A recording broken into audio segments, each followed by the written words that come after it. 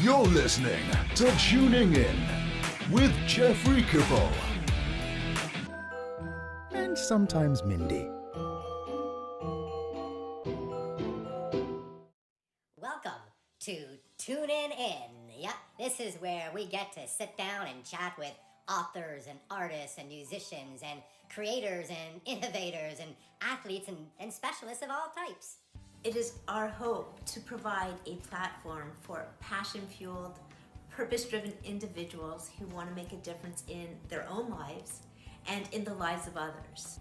Others being you and anyone who is deciding to be tuning in to the lived experiences, the life lessons, and the discoveries that led to creations, innovations, and messages they want to share. Yeah, so tune in, laugh, learn, get inspired. Tune in, tune in, tune in, tune in, tune in with Jeff and sometimes Mindy. Who's Jeff? I'm Jeff. Who's Mindy? I'm Mindy. Tune in. So tune in, tap in, and take action. Tune in to their wisdom, tap into your potential, and take action to unleash your superhero. Welcome to Tuning In with Jeff and sometimes Mindy. So tune in and enjoy the show. This is actually episode number 4. It's too bad that it's not episode number 3 instead of number 4, because the name of my book is I Don't Want to Turn 3. Is that the first children's book that you wrote?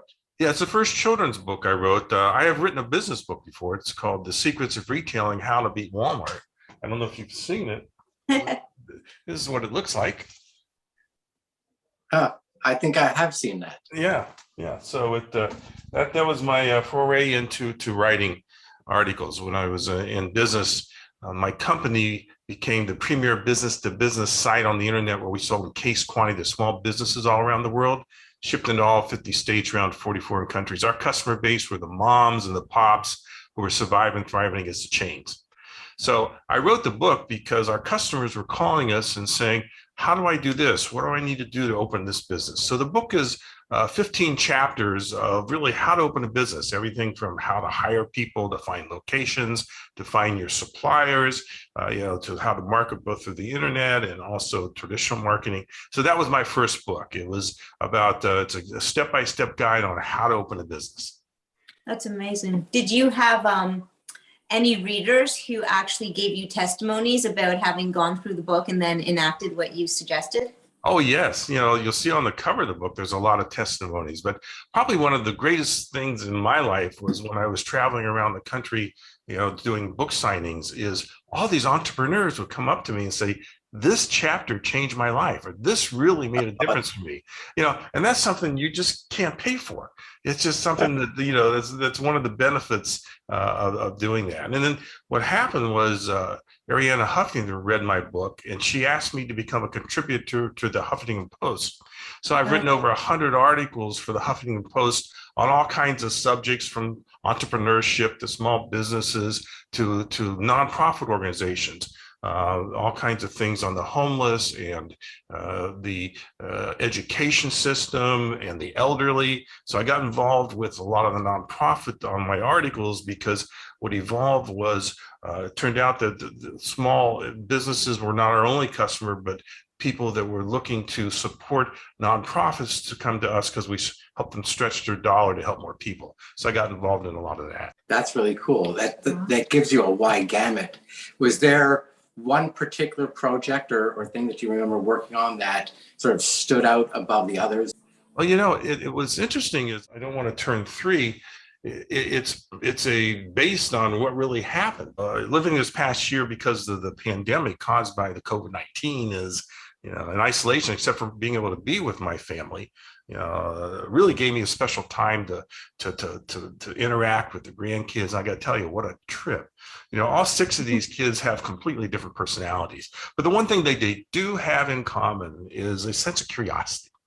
How excited they get when they do accomplish something, and watching them grow year to year, really was interact with each other. That was the basis of the book. This is a true story, this book. The ending is where the kids, and these are all my 6 grandchildren, they decide that they're going to give all their toys to the homeless kids downtown. And and it was their idea. All the pictures in the book are pictures that I took, and I sent them to the illustrator to kind of make them into cartoons. So, like for instance, the cover of the book, that's Levi and Jackson sitting in the bathtub. That was a picture of them in the bathtub. That's a true picture.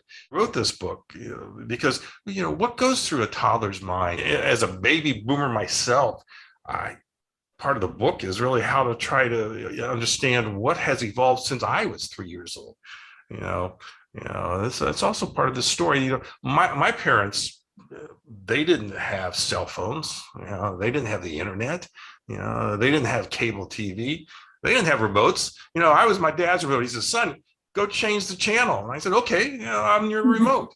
That's how it worked when I was growing up. So it is, and then discipline was a lot different than it was back then than it is today. Is it better? Are we living in a better world than back in the 50s and 60s and 70s? Yeah, that's also part of the story. And is there a key message? What we should be doing as a country is helping the less fortunate. And when my kids came up with this idea, I said, I think that's fabulous. And that's why one of the main reasons I wrote this book. I am thoroughly convinced that this is the greatest generation this country has ever produced, these 1 to 10-year-olds today. First of all, they're the first generation that's entirely brought up on the internet. They're entirely brought up with the cell phones and the iPads and this whole electronic world that was foreign to most other generations, especially mine. So they have all this influencing them and this information, and they're much smarter than we ever were because they're exposed to it so much faster. But at the same time, we as adults have got to jump in there. And again, I'm talking to grandparents, because I'm a grandparent. I want other grandparents to think about the same thing, but also parents, is we have got to get in there and we have got to influence them. So as they learn all this great stuff through the internet, what real life is all about. And the best way to do that is reading books to kids. And there's all kinds of reasons why we should be reading books to kids, and this should be part of the kids' routine. One of the main reasons we should be reading books to our kids, it helps create bonding. So you have a little kid sitting on your lap for 15, 20 minutes, you're into a book, you're really bonding with them. They're getting the feel from an older generation, how it's offsetting everything else that they're learning. Another reason we should be reading books to our kids is that, it supports listening skills. Now, you and I both know that as we grow older, listening skills is the best skill we can have. It really helps us understand as we listen to other people, we learn a lot more. We learn how to sell. We learn all kinds of traits just by being able to listen. So reading to kids for 15, 20 minutes a night creates those listening skills for them. Another reason we should all be reading books to kids is it really helps with the cognitive and language development. There's words in these books that they don't understand, so you can help explain that to them. They're not going to learn that on the internet. These are things that we as adults need to be doing with our kids. It helps them with growing and understanding. So we have got to explain these words as we're reading to these books. And another reason we should be reading to kids all these times, it's good for the attention span. Little kids, 2, 3, 4, they bounce off the wall all day long. Again, sit in your lap for 20 minutes. It really helps with that attention span. And that's something you need as you grow older and start to get into the life of really working. It's such a good point that you're making to inspire and empower parents and grandparents to sit down and be able to do that, because you're right, the bonding experience is incredible. In today's world, we have got to be reading books to our kids. Grandparents have got to be involved in raising this greatest, newest generation. My mom also had written a book, and she's a grandmother also. And it was really cool to watch her have a bonding experience with our nephews. And it was exactly like what you said. He was sitting on her lap and they were interacting and engaging. And it was such a magical moment. Grandparents really do create memories. The good thing about being grandparents is that you can give the kids back. In other words, we have them for a few days, they go back. And they do wear you out. I mean, when they take their nap, I had to take my nap because that's the way it is. But we've got to get everybody involved in raising this greatest generation. It takes a village today to raise a kid. Not every family has a mom and dad, and maybe a lot of single parents. So it takes the aunts and uncles, the cousins, the grandparents to get involved with these kids and really start to read them. If there was one thing that I would like to make sure we all understand, that it's necessary to teach children how to think, not what to think, okay, how to think. And that's what we have to do. And that's why, again, going back to reading the reading of the books, it really helps to teach them how to think. So, for instance, when it's time to read the book to the child, let them pick it out. Okay, everybody's got 20 books laying around their house. Let the kid pick it out. Now, obviously, I want them to read my book. I don't want to turn 3, but there's 100 other books out there that are good for them to read too. And so let the child pick it out. And then once, they bring the book over to you and sit down with you, one of the first questions, again, what we're trying to do is teaching kids how to think. One of the first questions is, what do you think is going to happen in this book? So start their thinking about that. Even before you open up the book, what do you think is going to happen in the book? And then while you're reading the book with them, ask them, who are the characters in the books? What is the setting? Can you relate to that? Again, we're trying to get them to think. And during the reading of the book, just does anything here sound familiar to you? Have you and your friends done this? Have you seen this in the family? Does anything sound familiar to you? Again, challenging, getting them to think. And then much like we should be doing every night at dinner time, when we say to them, how was your day? What was the most exciting thing? When you're done with the book, you want to say, what was your favorite part of this book? And why was it your favorite part? Again, teaching them how to start to think, not what to think, because they're going to grow up and they're going to think whatever they want to think. But we want to make sure that when they're that age, that's when they start to question how to think. Yeah, that's awesome. And there is such a huge distinction between teaching them how to think compared to what to think. So excellent way of framing. When you think about it, we as adults are the role models. Kids will reflect you. If we're on our iPhones all day long and we're on the internet, they're going to do that too. So we've got to, as adults, we got to make sure that we are setting, what is the role model? How what we're doing will influence them, because anybody that's had kids knows that when they're 2, 3, 4 years old, they just repeat what you say. If you say a cuss word, I can guarantee you that you're going to hear that same word 3 or 4 more times that day. Now, the way to offset that is, as soon as you say it by mistake, start talking about things they like bananas and blueberries and dinosaurs. Hopefully they'll forget about that. But they imitate you. Kids imitate you, and so we have got to make sure we set the example that we're doing it right. And them watching us read is an example we should be setting. This pandemic over the last couple of years is having a major effect, and we have got to offset that as adults to make sure our kids are reading, that we are reading to them, they are reading, we're exposing them to books. Again, the internet's great. They're learning so much from that, but we've got to get them also back to the basics, making sure, because you lose a couple of years here in reading, and that's going to have a negative effect unless we all get involved. It's another one thing that takes a whole village. We've all got to get involved and push it so that they will continue to read and get smarter. Yeah, and then the other thing though is, I don't know how it was when you were growing up, but when I was growing up, I grew up in a small town in Ohio. And my uncle lived up the street and my grandmother lived 2 blocks away. And so I had this whole family around me. But in today's world, we're also scattered all over the country. Using me as an example, I'm here in Scottsdale, Arizona. I've got 2 of my grandkids in town here, but I've got 2 other grandkids in Austin, Texas, and I got 2 other grandkids in Orlando, Florida. How do we influence them? How do we become part of their lives?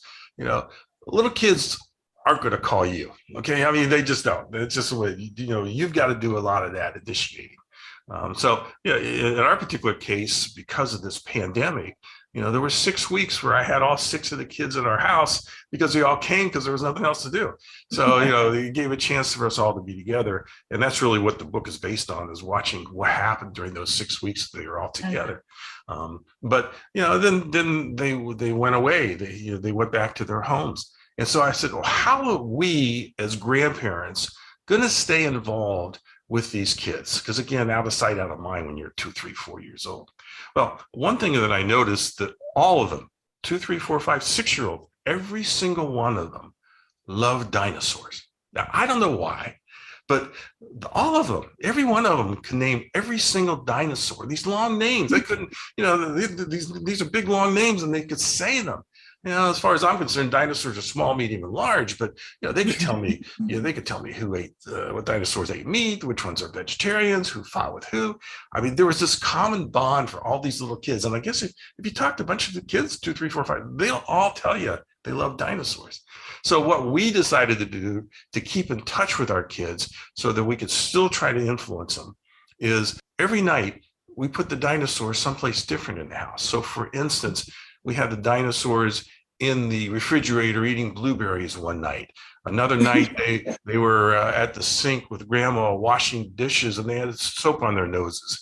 Another night, they were playing the piano. Another night, they were walking up the steps. So we did this for 50 different nights around the house and outside the house. So what happened with our particular case, with our kids in Florida and our kids in Texas, is, all of a sudden, we became part of their routine.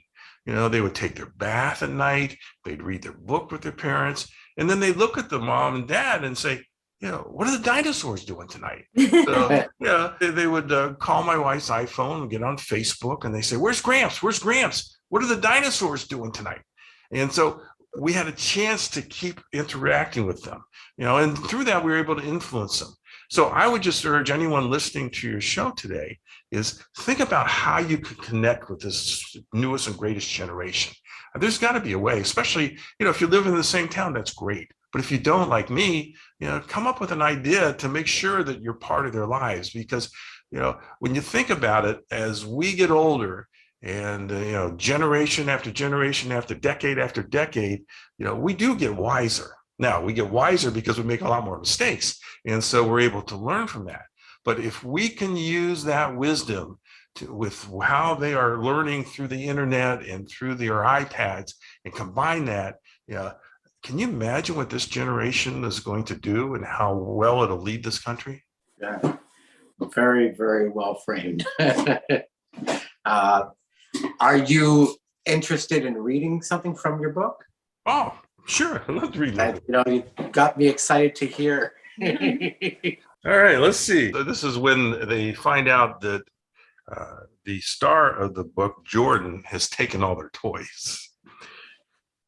Then all of a sudden, Olivia screams, "What are my dancing shoes doing in Jordan's room?" The entire family runs to my private bedroom and Jackson yells, "My dinosaurs!" And Levi shrieks, "My sea creatures!" And Baker bawls, "Truck!" And Grace cries, "My dolls!" And Mommy looks at me like today will be the last day alive. That's in the middle of the book. Kind of give you an idea. So you left a little bit of a cliffhanger there. Just a teeny one. Just a tease. Right. Let me throw out a question to you that I think that if all of us ask these little kids, start asking them every day, it could change the world. The question is, what did you do today that was nice to someone else? Now think about that. You ask a 2 or 3 year old that question, what did you do today that was nice to someone else? They'll look at you like, what are you talking about? You stole your cousin's toys. You wouldn't share the trucks with them. Why don't you start to share your trucks?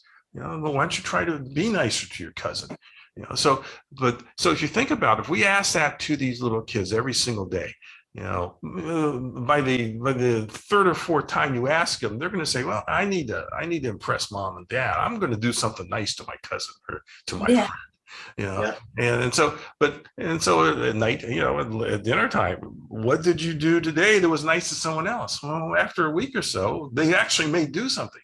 But can you imagine if this entire generation grew up with that in the back of their mind, how different America would be in just a few years. Yeah. That's really impactful. Yeah, that is. Wow. So Gramps, what's next for you? What's on your plate? Well, I'm working on the current book is I Don't Want to Turn 3. I'm working, I Don't Want to Turn 4, and I Don't Want to Turn 5. My granddaughter, Olivia, who just turned 9, came to me last week. She says, I got a great idea for a book. I don't want to turn 10. I said, you don't want to turn 10? She says, yeah, I got to worry about driving. I said, that's another 7 years away. Why are you worrying about it now? She says, yeah, and I got to worry about, I got to pick out a college. I said, that's another 9 years away. Why are you worrying about it now? So it just goes to show that at every age, we got things to worry about. I mean, I don't want to turn 30. I don't want to turn 40. I don't want to turn 70, So it's there's all kinds of interesting things that, the life that we go through are lessons that we're kind of fearful for. So that's what I'm working on right now. Anything else on your end?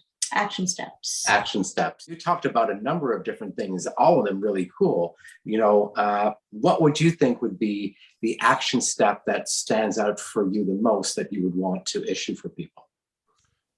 When you love, you will teach others how to love. So if we keep that in the back of our mind, that if we show love, then that's how we're going to teach this earliest and latest generation how to love.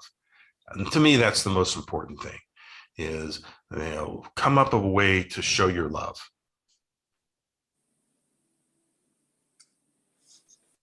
So when people come up with a way to show their love, such as reading to their grandkids or forming like a new ritual like that, then they can tag you and share their story and let you know how that impacted them or elevated their relationship or the benefits they saw with the kids that they're reading to. That is a great idea. I love it. I'll show my love for that. Well, that's fantastic. And then when you get stories that stand out for you, let us know, because then you and that person could come on our show. Oh, absolutely. Yeah. Love to do that. Love to come back. Perfect. Well, that's perfect. Well, this was a lot of fun.